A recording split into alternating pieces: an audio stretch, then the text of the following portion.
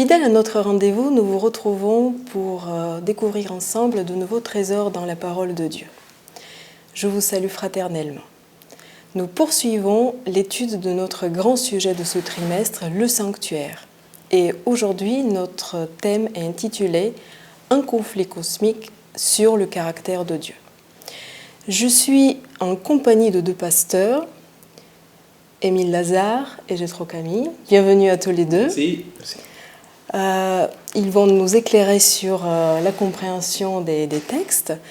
Et selon notre habitude, nous allons placer cette rencontre entre les mains de Dieu. Faisons-le avec Émile. Seigneur, nous te remercions parce que tu nous donnes la possibilité d'étudier de nouveau ta parole. Nous voulons te demander que tu nous accompagnes dans ce voyage et qu'à la fin, notre voyage soit un voyage où on peut découvrir ton caractère et ton amour. Au nom de Jésus. Amen. Amen. Nous traitons donc la question du conflit cosmique en rapport avec le caractère de Dieu. Est-ce que l'un d'entre vous voudrait bien nous décrire le conflit cosmique tel que la Bible le présente et nous expliquer également quels en sont les enjeux? Alors peut-être un petit mot par rapport à la notion de conflit. On parle parfois aussi de guerre dans le ciel. Je voudrais d'emblée préciser qu'il ne s'agit pas d'une dimension militaire, telle qu'on la conçoit avec des armes, des gens qui se transpercent, des bombes. Parce que si, par exemple, le livre de l'Apocalypse au chapitre 12 nous dit qu'il y a une guerre dans le ciel entre Michael et ses anges et le dragon et ses anges, et qu'on transpose cela sur le plan militaire, il y a un non-sens. On a d'un côté la toute-puissance du Créateur, selon Jean au chapitre 1er, et de l'autre côté, on a une créature. Donc, il s'agit d'une guerre qui se joue sur un autre plan, sur le plan militaire, et les enjeux sont d'autres enjeux que de vulgaires enjeux géostratégiques. Il s'agit d'enjeux beaucoup plus spirituels et beaucoup plus profonds que cela. Donc si on cherche dans la Bible, parce que ce n'est pas un conflit qui est décrit d'une manière directe. On trouve par exemple à la fin de la Bible, dans le livre d'Apocalypse, le tableau où quelqu'un se révolte dans le ciel et il est jeté du ciel. Et le nom qu'on a ici, c'est Satan. Après, on trouve dans l'Ancien Testament pourquoi il a été jeté du ciel. Il y a deux images en Ézéchiel et en Ésaïe, mais ce sont des images aussi indirectes. C'est le type de l'empereur de Tyr et l'empereur de Babylone qui sont utilisés comme à l'arrière-plan, comme ça. Et là-bas, on trouve que le motif, la raison pourquoi Satan a été jeté du ciel, c'était parce qu'il a voulu être comme Dieu. Il a voulu être exactement, s'asseoir sur la montagne que seulement Dieu peut s'asseoir. Ça veut dire qu'il voulait être Dieu. C'est comme dans la fable d'Ésope, où le grenouille voulait être une vache. C'est quelque chose de fou. Mais, attention, Satan n'est pas venu devant les autres anges qu'il a tirés avec lui avec une telle prétention. Parce que s'il venait avec cette prétention, peut-être personne ne le suivait. Et on trouve dans le livre de Job, au début du livre de Job, un dialogue typique entre Dieu et Satan. Je ne sais pas si c'est une allégorie ou c'est un fait réel, mais là-bas, on trouve qu'est-ce que Satan dit devant Dieu. Et ce que Satan dit devant Dieu, c'est que Dieu est injuste. Parce qu'il donne des bénédictions à Job, et dans cette manière de traiter Job, il n'est pas du tout correct, il n'est pas du tout droit, il ne traite pas tout le monde de la même manière. Donc on trouve ici que toujours, Satan il a utilisé cette accusation que Dieu n'est pas correct, que Dieu n'est pas droit, que Dieu ne représente pas la justice. Et je crois qu'il est venu devant les anges avec cette prétention. Mais derrière tout ça, c'était l'ambition, l'orgueil d'être à l'auteur de Dieu. D'ailleurs, quand on pense à ce qu'il dit de l'adoration de Job, il dit que Job adore Dieu parce que Dieu le bénit et que donc Dieu doit acheter à coup de bénédiction l'adoration de Job. Et donc, si Job ne peut pas adorer Dieu pour lui-même, alors Dieu n'est pas digne d'être adoré. Et s'il n'est pas digne d'être adoré, alors il n'est tout simplement pas Dieu. Il y a un autre texte un petit peu fondateur, indirect, mais voilà, vous savez, Satan est le prince du mensonge, il vient rarement en disant la vérité, en disant voilà, je veux être calife à la place du calife. Il donne à Adam et Ève, par exemple, des petits éléments qui vont semer le doute sur la personne de Dieu. Alors, par exemple, Adam et Ève disent il nous est interdit de manger le jour le fruit de l'arbre de la connaissance du bien et du mal, parce que le jour où nous en mangerons, nous mourrons. Alors, il ne dit pas du tout, mais Dieu sait que, etc. Et alors, il ne dit pas grand-chose, mais derrière ce pas grand-chose, il y a plusieurs conséquences directes, si on analyse ce texte. Alors, tout d'abord, Dieu est un menteur. Il n'est pas fiable. Ensuite, dans ce texte, selon l'accusation du serpent, Dieu va cacher une information cruciale à ses créatures qu'elles peuvent devenir comme lui. Donc il va les confiner arbitrairement et injustement dans un statut d'infériorité parce qu'il veut leur adoration, qu'ils se délectent de leur adoration comme un prédateur se délecte de sa proie. Donc là, on n'est vraiment pas dans la divinité, on est presque dans quelque chose de diabolique. Et puis, le fait que Dieu empêche Adam et Ève de devenir comme lui, cela pose une autre question. Parce que si n'importe qui, en mangeant de l'arbre de la connaissance du bien et du mal, peut devenir Dieu, ça veut dire que personne n'est Dieu, ou que tout le monde est Dieu. Si tout le monde est Dieu, personne n'est pas Dieu, et Dieu n'est pas Dieu.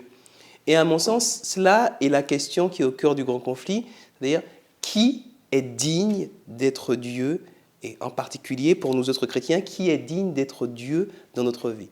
Parce que cette accusation que Satan lance, indirecte, est-ce qu'il ne nous arrive pas de la lancer nous aussi, quand par exemple, je dis indirectement au Seigneur par mon attitude, que tu as dit de régler les problèmes, dans Matthieu 18, de régler les problèmes face à face avec les gens, mais moi je préfère aller parler derrière, dire du mal, médire et me défouler. Quelque part, je mets sur un plateau, sur les plateaux d'une balance, la parole de Dieu et ma propre parole, et je repose cette même question que Satan pose, à savoir, qui est digne d'être Dieu ? Donc, ce sont des enjeux majeurs, des enjeux spirituels profonds. Tout à fait. Donc vous mentionnez le livre de Job, nous pouvons nous arrêter un bref instant. Alors, Satan et Dieu, donc dans le chapitre 1er et 2e du livre de Job, Satan et Dieu discutent sur le comportement de Job, et tous les deux vont miser en quelque sorte sur son comportement, sur sa réaction. Mais bien entendu, pas pour les mêmes raisons. Donc Dieu a ses raisons, Satan a ses raisons. Alors, qu'est-ce que cette scène nous apprend-elle sur le caractère de Dieu et sur celui de Satan ? Donc, si on regarde dans les deux chapitres, on voit ici que Satan, il est toujours prêt à déformer la réalité. Ils viennent et ils disent, voilà, Job, il vient vers toi, il t'écoute, il t'aime d'une manière intéressée. Parce que tu lui donnes, il te donne. Et Dieu laisse la liberté à Satan de se déchaîner pour prouver que la liaison qui existe entre Dieu et Job, c'est une liaison d'amour. Parce que Job, il aime Dieu, pas parce que Dieu lui donne quelque chose, mais parce que lui, il est Dieu. Et c'est un peu cynique, quand on lit ici, c'est un peu cynique, on peut dire de la part de Dieu, de laisser Job dans les mains de Satan. Mais si on regarde dans le contexte du péché, il y a beaucoup, dans ce monde, il y a beaucoup de gens qui sont dans cette situation-là. Même s'ils écoutent Dieu, même s'ils ont une liaison, une relation spéciale avec Dieu, ils continuent de souffrir. Oui, ils ne sont pas épargnés. Et ça c'est un scandale. C'est un scandale que le diable l'utilise aussi pour mettre un doute sur Dieu. Et Dieu, parce qu'il se laisse, il laisse à un moment donné une situation comme ça de perdurer. Je crois qu'il prend un grand... comment je dis ? Il prend le risque. Oui, il prend un grand risque de la part de l'humanité. Il fait confiance à Job, en fait. Oui, et on voit un Dieu vulnérable, un Dieu qui est prêt à un moment donné de s'ouvrir et de laisser, de souffrir avec Job, mais qui n'intervient pas d'une manière, qui ne répond pas à la tentation que le diable lui jette. N'intervient pas, essaye de faire... Il ne fait pas la propagande pour attirer les gens vers lui. Par contre, le diable, il utilise les situations injustes pour tirer contre Dieu. Alors, pour aller dans ce sens, il faut quand même rappeler qu'il y a Dieu, il y a la révélation de Dieu au travers des prêtres du sanctuaire, au travers des saintes écritures, au travers des révélations aux uns et aux autres. Et puis, il y a ce que nous en faisons. Et une des choses que tous les êtres humains font habituellement avec Dieu, c'est qu'ils essaient de le transformer en un pourvoyeur de bénédiction, de protection. Quand on demande concrètement à un enfant, pourquoi est-ce que tu aimes Dieu ? Il répond parce qu'il me protège, parce qu'il me donne à manger, parce qu'il m'a donné un papa et une maman, parce qu'il m'a donné ceci, parce qu'il m'a donné cela. Et quelque part, l'accusation de Satan, elle n'est pas infondée pour tout le monde. Elle n'est pas infondée en particulier à tous les moments de notre vie.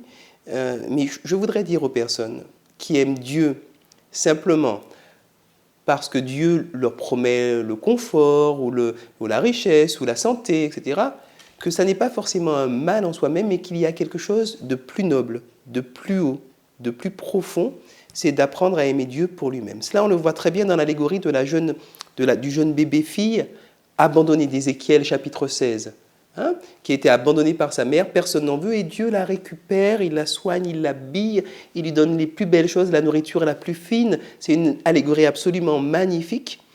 Et au bout de l'allégorie, on se rend compte qu'elle n'aime pas son sauveur. Elle préfère se prostituer au Baal, etc. Elle n'aime pas son sauveur. Et Dieu, au lieu de la rejeter pour cela, va lui montrer quelle est la portée de son amour en retournant la chercher, en voulant, comme il est dit dans Osée, l'amener au désert pour la séduire, pour parler à son cœur. C'est quelque chose d'absolument magnifique et qui nous montre que notre Dieu est digne d'être aimé. Je crois que c'est peut-être un des enjeux finaux du grand conflit, c'est d'apprendre à connaître Dieu et le connaître d'une telle manière qu'on ne puisse que l'aimer parce qu'il est tellement beau, il est tellement généreux, au-delà de toutes les bénédictions et de tous les bonus, je veux dire, qu'il peut apporter dans une vie. L'Écriture nous relate la vie de Job et nous pouvons imaginer tout l'univers penché sur la terre, observant Job pour constater qui, au final, Dieu ou Satan, a raison. Et je me pose donc la question, qu'en est-il de nous, chrétiens, aujourd'hui, et de notre témoignage dans ce conflit ? Est-ce que nous pouvons dire, comme l'apôtre Paul à l'époque, parlant des apôtres, qu'ils étaient exposés en spectacle au monde, aux anges et aux hommes ? Alors, qu'en est-il de nous, de notre témoignage aujourd'hui ?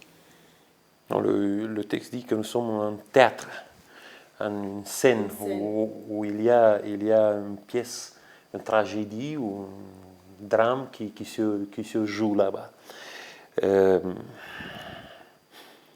On n'a pas beaucoup de choses révélées ici, mais on sait une chose, que les anges qui sont autour de Dieu, peut-être les autres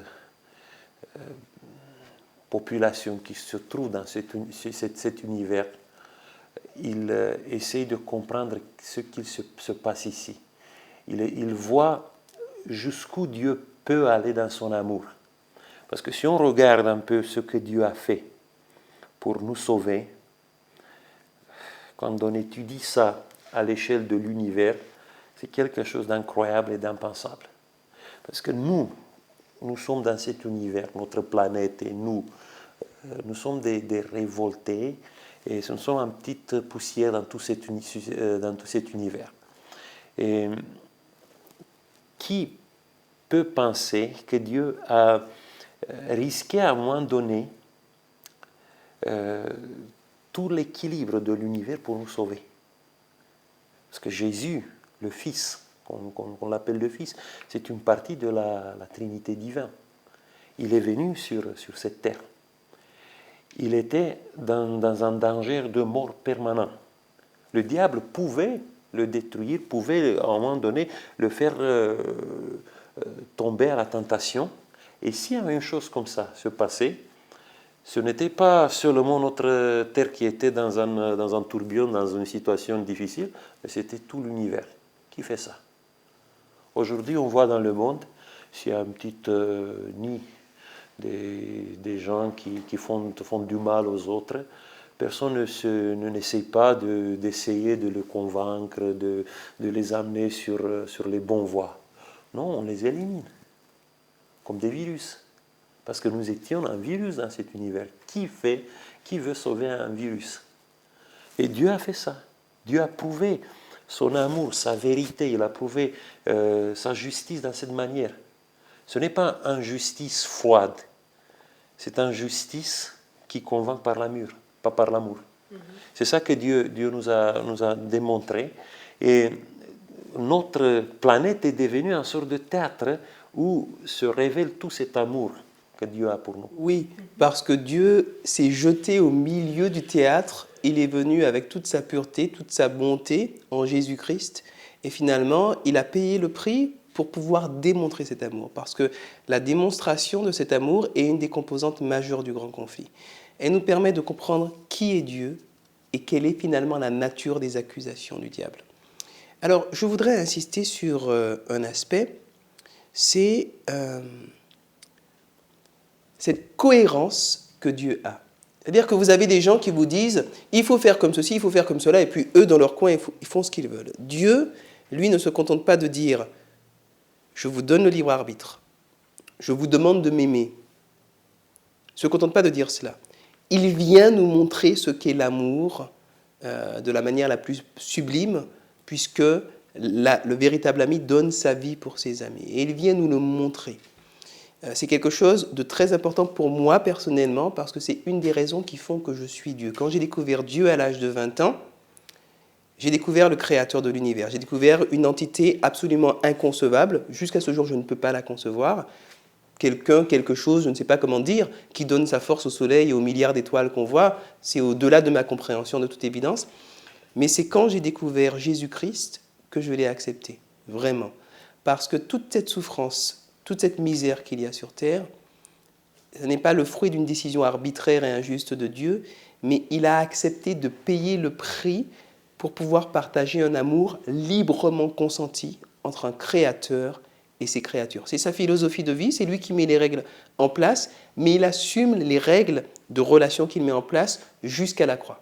C'est donc quelqu'un de respectable, c'est donc quelqu'un de profondément aimable, c'est quelqu'un de remarquable, et c'est pour cela que je l'aime, et c'est pour cela que nous sommes appelés à l'aimer, pour lui-même, pour ce qu'il est.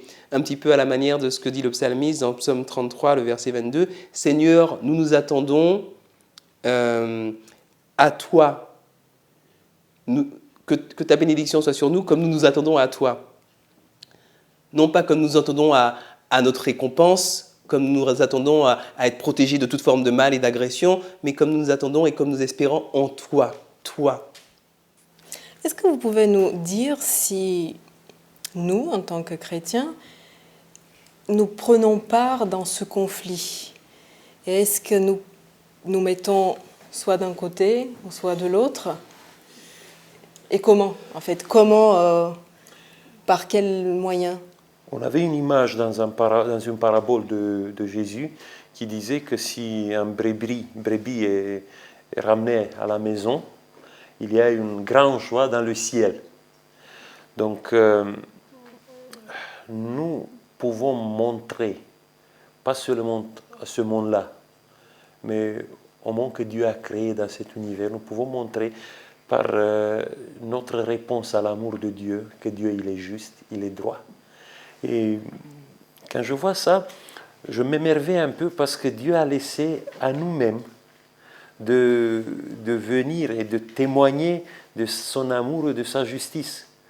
Il a donné son exemple, mais les arguments pour son amour ou pour sa justice, c'est à nous aussi de les donner, de les appuyer. Donc c'est quelque chose que je m'émerveille toujours. Pourquoi Dieu nous a choisis de prendre part avec lui et de renforcer l'image de son caractère, de sa droiture. Nous lui faisons comme ça un service. Et ça fait bien pour savoir ça. Que ce n'est pas seulement le service que Dieu nous fait, mais aussi il nous demande un service. Mais comment concrètement nous pouvons montrer que c'est un Dieu qui est bon, qui est juste, que nous aimons, qui nous aime? Dans la vie quotidienne, en fait, comment nous pouvons témoigner ça? Peut-être en faisant comme Asaph. Asaph, dans le psaume 73, a une difficulté. Il voit que les méchants prospèrent et que lui est en souffrance. Et à la fin du psaume, je vais directement à l'essentiel, à la fin du psaume, donc verset 26, Asaph dit quelque chose de très fort. Il dit, peut-être que je n'ai pas la richesse, la santé, tout ce que... Il dit, ma chair et mon cœur peuvent se consumer, Dieu sera malgré tout toujours le rocher de mon cœur et mon partage. Voici, ceux qui s'éloignent de toi périssent, tu anéantis les infidèles, mais pour moi, m'approcher de Dieu, c'est mon bien. C'est mon bien, m'approcher de Dieu, et je place mon refuge dans le Seigneur, l'Éternel, afin de raconter toutes tes œuvres. Et est-ce que nous sommes capables, et c'est peut-être une invitation, d'aimer Dieu, même si, je ne sais pas, spéculons. Il n'y a pas de vie éternelle, il n'y a pas de paradis, de rue pavée d'or. Est-ce que j'aimerais encore le Seigneur ? Il n'y a pas l'élimination de mes ennemis, parce que le Seigneur aime mes ennemis. Est-ce que j'aimerais encore le Seigneur ? Voilà. Là, ce sont des questions qui nous aident à savoir où nous en sommes dans notre vie spirituelle, pour nous permettre d'approcher petit à petit cette posture d'Asaph qui dit « Bon, je serai peut-être détruit dans ma chair, etc. Ma vie sera peut-être misérable, mais Dieu est tellement beau, Dieu est tellement aimable, Dieu est tellement digne d'être aimé que je l'aime quoi qu'il m'arrive. Parce que tout simplement, je l'aime. C'est aussi simple que cela. » J'aime me retrouver dans la maison de Dieu, dans sa présence. C'est le témoignage le plus fort d'aimer Dieu malgré les circonstances difficiles de la vie. C'est à ce moment-là que nous pouvons montrer que nous l'aimons, pas parce qu'il nous a bénis, mais parce qu'il existe, parce qu'il est bon, parce qu'il a un caractère. Donc nous pouvons adorer Dieu en lui restant fidèles, même quand nous sommes dans le feu de l'épreuve, comme l'était Job. Je pense que c'est un bon témoignage pour les proches, les gens qui sont autour de nous, mais aussi pour ces mondes qui sont autour de Dieu et qui, comme on a dit, regardent, observent l'homme, l'humanité, pour voir comment nous réagissons dans ces moments. Tout à fait. Vous savez, Satan a profondément infiltré le christianisme au cours de l'histoire, à tel point que l'image de Dieu qui reste encore dans l'inconscient collectif de beaucoup de peuples, c'est un Dieu vengeur, c'est un petit tyran mégalomane qui a absolument besoin d'être adoré pour se sentir bien dans sa peau, qui rêve tous les matins en se réveillant, c'est une image bien sûr, qu'il est Dieu et que tout le monde l'adore, et qui en profite, et qui ne supporte pas la contrariété, qui ne supporte pas qu'on lui désobéisse, qui ne supporte pas qu'on pêche, non pas parce que le péché nous détruirait, mais parce qu'il avait dit qu'il ne fallait pas pécher. Et on a dressé donc une image d'un Dieu détestable, tout simplement. Or, ça n'est pas le Dieu que nous révèle la Bible, ça n'est pas le Dieu qui frappe humblement à la porte de nos cœurs. Et je voudrais, concernant justement ce conflit cosmique et cette issue, lire une petite citation d'Ellen White, contributrice majeure de l'Église adventiste, concernant la destruction des réprouvés. Parce qu'on la présente souvent comme la punition d'un Dieu excédé, qui n'en peut plus du péché de l'être humain et qui, à bout de nerfs, va se défouler dans une immense gerbe de flammes et brûler les méchants. Mais voilà ce qui nous est proposé, ce qui est proposé à notre réflexion. Ceux dont le cœur est rempli de haine envers Dieu, qui est la vérité et la sainteté, pourraient-ils se mêler aux êtres célestes et se joindre à eux dans leur chant de louange ? Pourraient-ils supporter la gloire de Dieu et de l'agneau ? Non, certes pas. Ils ont bénéficié de plusieurs années de probation afin qu'ils puissent former leur caractère pour les cieux, mais ils n'ont jamais entraîné leur esprit à la pureté. Ils n'ont jamais appris la langue du ciel et maintenant il est trop tard. une vie de rébellion contre Dieu les a rendus inaptes au ciel. Sa pureté, voilà, alors voilà le cœur du texte, sa pureté, sa sainteté et sa paix constitueraient une torture pour eux. La gloire de Dieu serait un feu dévorant, ils auraient hâte de fuir ce lieu saint. La destruction est pour eux bienvenue parce qu'ils cherchent à se cacher loin de la face de celui qui est mort pour les racheter. La destinée des réprouvés est arrêtée par leur propre choix. Leur exclusion des cieux est voulue d'eux-mêmes. Elle est juste et miséricordieuse de la part de Dieu. Donc la tragédie des siècles, page 542-543. Et on trouve également cela dans les événements des derniers jours. Donc là, on a l'image d'un Dieu qui ne déteste personne. Même quand on parle de la destruction de Satan, je crois que si on imagine la destruction de Satan, non pas comme le soulagement d'un Dieu qui ne savait plus quoi faire avec une épine dans son pied, mais comme la souffrance d'un père qui a perdu le plus brillant de ses fils et qui sait que le fils ne reviendra pas, on a une vision de Dieu autre, on a une vision de la destruction de Satan qui est autre, et par conséquent, on a une vision du caractère de Dieu qui, à mon sens, colle mieux à ce que la Bible nous révèle de Dieu. Alors la question que nous pouvons également nous poser, c'est si à la fin du conflit cosmique, nous pouvons dire que le caractère de Dieu, son amour, sa bonté, sa justice, sa sincérité, sa compassion auraient été rétablis. Si on lit les derniers chapitres du livre d'Apocalypse, on voit comme ça un univers, pas seulement la terre, mais aussi le ciel, une nouvelle terre et un nouveau ciel qui sont construits. Et ça nous dit que tout l'univers sera comme ça en paix pour toujours, parce que ce que Dieu a fait, ce que Dieu a réalisé, était bien compris. Le temps que Dieu laisse pour que le péché se développe et qu'il fait tout son travail, pour Dieu c'est simple. Il savait ça depuis le début. Mais il a laissé les choses se dérouler comme ça parce qu'il a voulu que nous le comprenions bien. Je m'imagine parfois cette scène de cette manière. Bon, en nuit, j'ai un rêve. Et il y a un ange de Dieu qui vient pour me dire que ma fille, qui a quelques mois, qui est couchée à côté de moi, l'ange il vient pour me dire, voilà, ta fille sera une grande criminelle. Il faut la détruire maintenant.